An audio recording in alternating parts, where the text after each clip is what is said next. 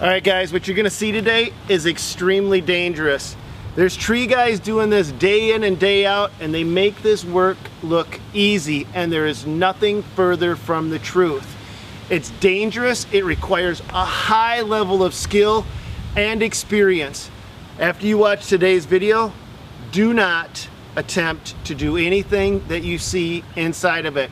I went to Detroit and I had to actually talk my buddy Keith Kalfas, some of you may recognize him from his YouTube channel called The Landscape Employee Trap, into showing us how to climb a tree. Keith doesn't make videos about tree work, even though he does it on a weekly basis in his business. He'll regularly climb up 100, 115 feet into the top of a tree and limit, but he doesn't make videos about it because he doesn't want you guys to watch a video and think that you can go out and do the exact same thing. And so if you're one of those experienced tree guys watching this video, will you do me a favor and put in the comments down below to the new guys that are maybe interested and excited about getting into tree work, what they should do next, what's the next steps, where could they go to get the information that maybe they need to take their career to the next level. And speaking of careers, Keith and I talked very frankly about what a life in tree work is actually like, how much money you can make, what are the dangers that you face, and is it actually worth it to get into tree work? They've got this down to a science, and today we're going to introduce you to that science, but there's still a high level of danger, and I want you guys, if you're thinking about tree work, watch this video, and more importantly, read the comments down below, because the experienced tree guys, they're the ones that can really give you the right sense of direction. But today, we're gonna hopefully introduce you to this line of work. Here we go, guys. 45 minutes because if we get all the gear, I have to go up, I have to climb, I have to talk. Which tree are we climbing? This one here. So we're gonna climb that tree right there? Yep, that poplar. Okay. And you've done this before? Many times. Okay, okay. All right, the reason I'm asking him is because I'm here with Keith guys, and he's gonna teach me how to climb one of those. I've never done this before, ever. I mean, when I wanted to get to the top of a tree, Keith, I usually just take an excavator and push the tree over and go, there's the top. It's laying right down there. It works too. Yeah. What's up, I'm Keith Kalfas with the Landscaping Employee Trap YouTube channel. I said too fast. What's up, I'm Keith Kalfas with the Landscaping Employee I'm not Trap edit any of that YouTube channel. Oh, good. And today we're gonna be gearing up and climbing this poplar tree. So I'm gonna go gear up right now. And we can. So you want to do the climbing, Elliot? I'd rather film. You want to film? Yeah. You don't want to go up top? Not right now. You know, I'm not scared of heights, I'm scared of getting to the heights. Actually, hold this. I'm going to tell you guys something. I'm not scared of heights at all. I'm just scared of falling. Take everything out and lay all the gear out, and then make sure the rope, there's no knots, including the lifeline rope, the green rope underneath. Okay. So all the gear comes out. Okay. Make sure there's no tangling.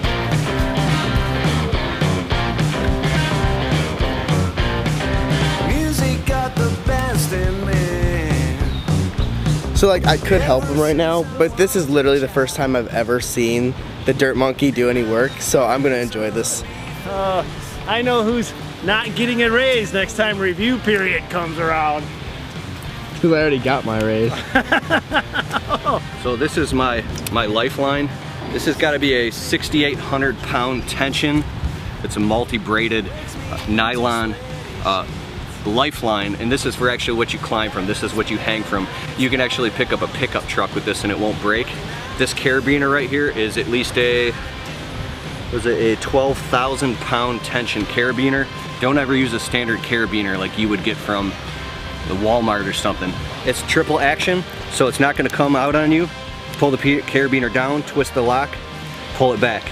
That's safety. Make sure any carabiner you use has triple action like that. I was wondering, come here, look at this. Can you see that? Is it in focus? So that's your lock, right? Down, turn, spin. Okay, all right, that makes sense. And then this is also connected to it. That's a double knot, so it's stopped and it won't thread back on you when you're in the tree. Now, Double knot, okay. you're supposed to do and undo your double knot because the braids can get weak.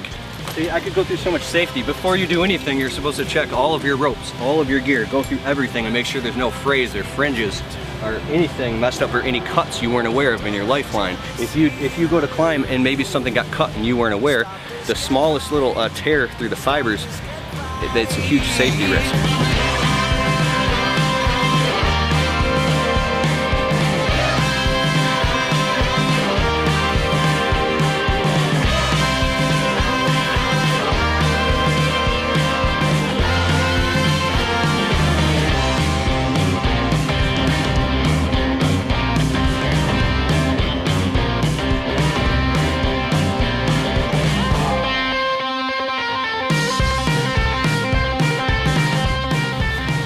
Hard hat always, safety glasses, whether they're clear or dark, doesn't matter.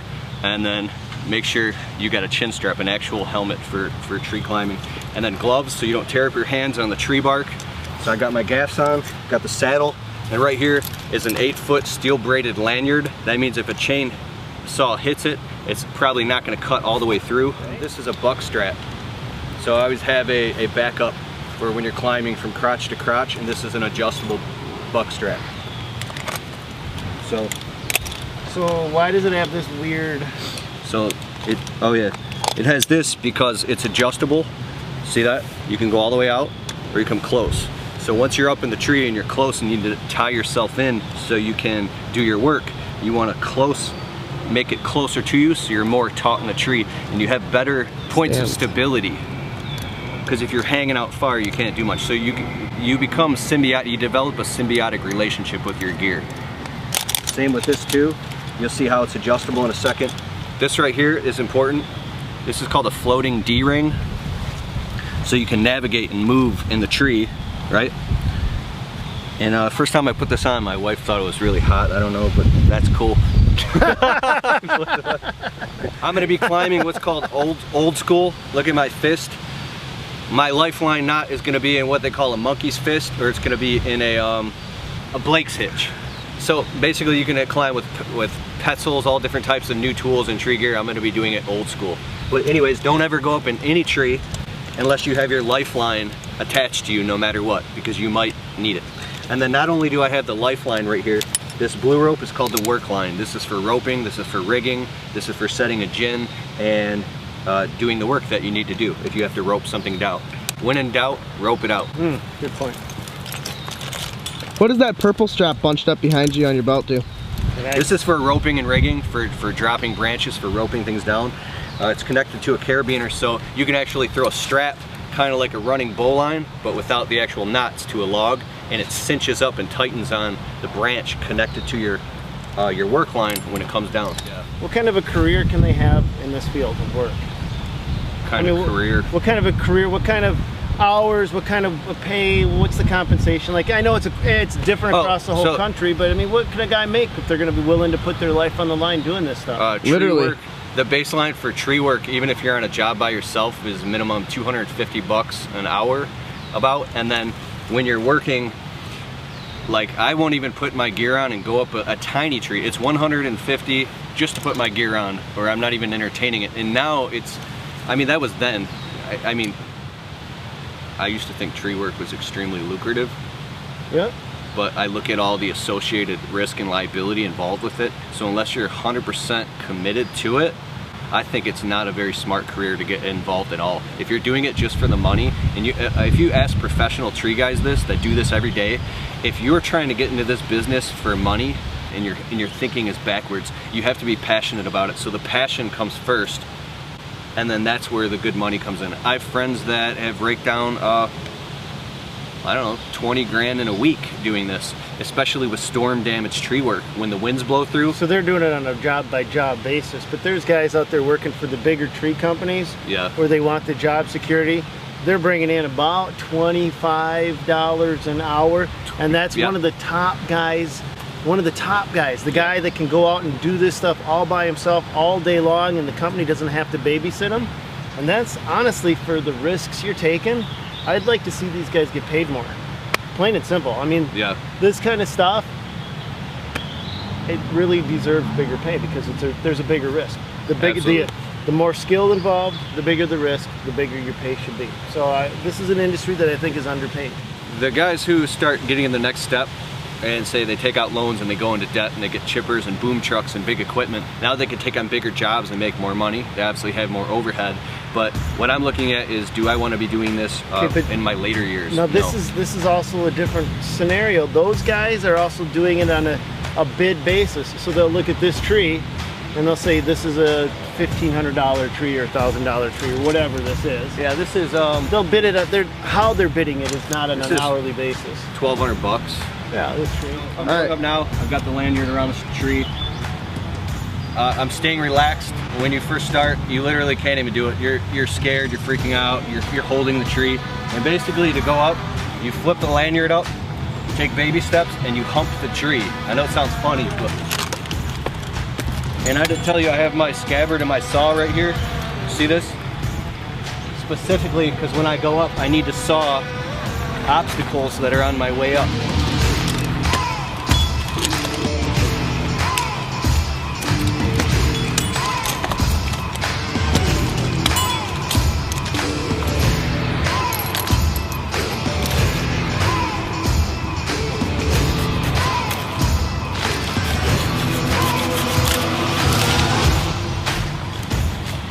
Be very careful in the tree with this. Make sure you don't hit your lanyard or hit anything. Put it right back in the saw holder each time you use it.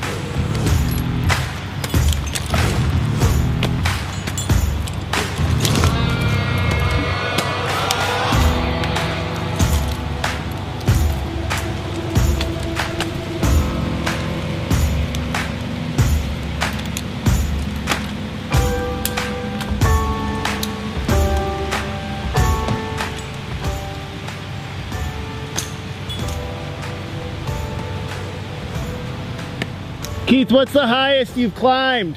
115 feet. Like so high you can't even see anything. How high do you think you are now? 30. Now, 25, 30 feet. Not even.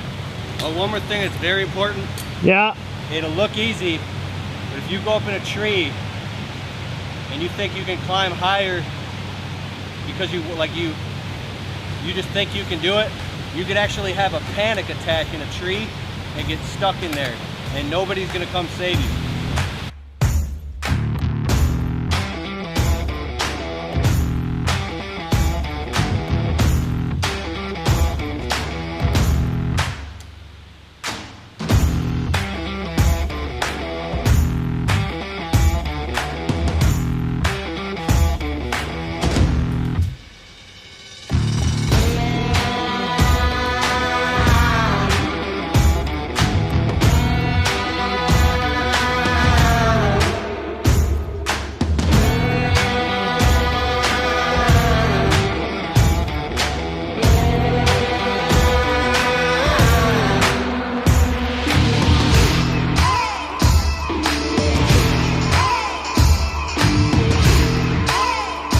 So I went up,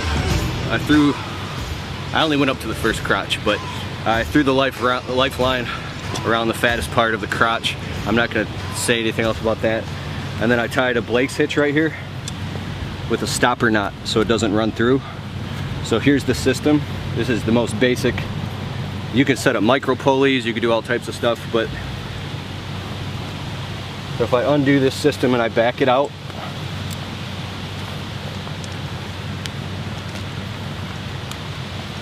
so you throw the carabiner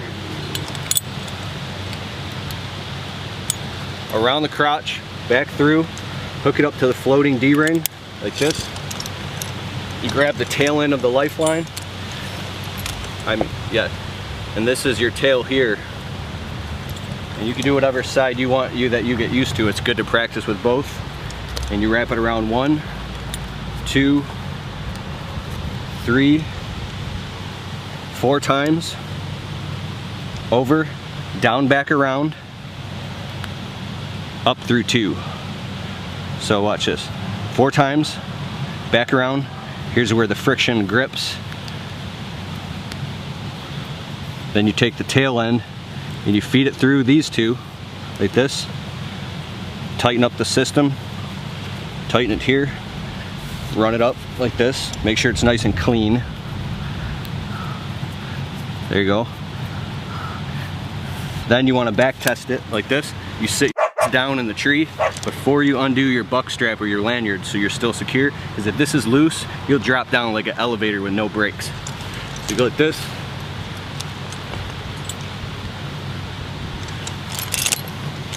So once it's good, it's taut, then you run a figure-8 knot. You can call it a double knot, a stopper knot, a figure-8 knot, but like this. You twist once, twice, watch. You twist once, twice, and then run it through, tighten it, and that won't come undone, so it won't run through. And then you make sure the system's tight by when you sit down, you take and you press up as you sit, and you yank that, oh, like this. So it's super tight. And then if you want to descend down, you take your two fingers like this, and it loosens the system. See, I can't move now, but if you take your fingers, it slides. So you can control the speed. And the new technology, the new stuff they have out, is like you just touch a mechanical device and you go right up and down. Do you like the old school or the new school better, Keith? You know, to tell the truth, I haven't gotten deep into it enough to get all the new school technology stuff, but it's really fascinating what they've come out with. And a lot of this stuff is invented by even tree guys that have been in this. Because so the reason why this sucks, if I don't have a micro pulley, is you can't ascend the tree. Every time you want to go up, you have to sit there and back this system up to retighten yourself. If you're going out on a limb, you have to constantly adjust it manually, versus a micro pulley system, you can pull it and it adjusts itself. So that would probably be your better bet. Yeah. Okay. So this is here, and then you can just hang out. If I was up there, you know, I showed enough. Is that good? Yep. Okay. Now you're going up. Do we got time with the rain coming in? Yeah. You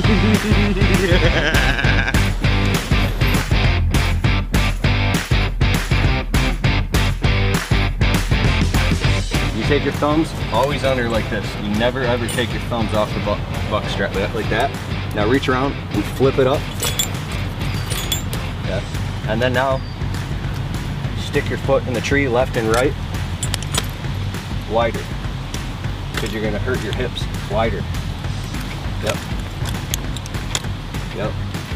Now take a step up with the other one, jam it in the tree. Yep. Now your buck strap's a little too low, so you're going to hump the tree at the same time as you flip the strap up one more foot. Now, But hands, watch, is the rope on it? hands gotta be like that. Yep. Now hump the tree and flip it up at the same time. You gotta trust the gear.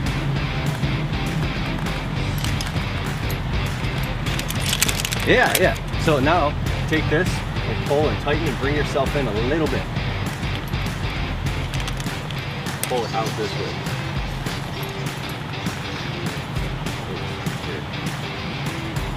Yeah, it'll do it automatically, but you have to loosen your tension while you pull it. Did it go up at all? Yeah.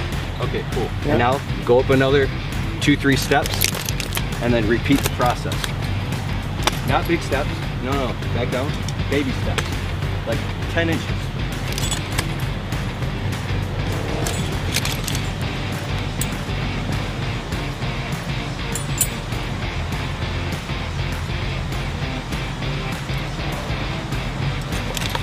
Yeah. Baby steps. See those steps he's taking? Too big. Little steps.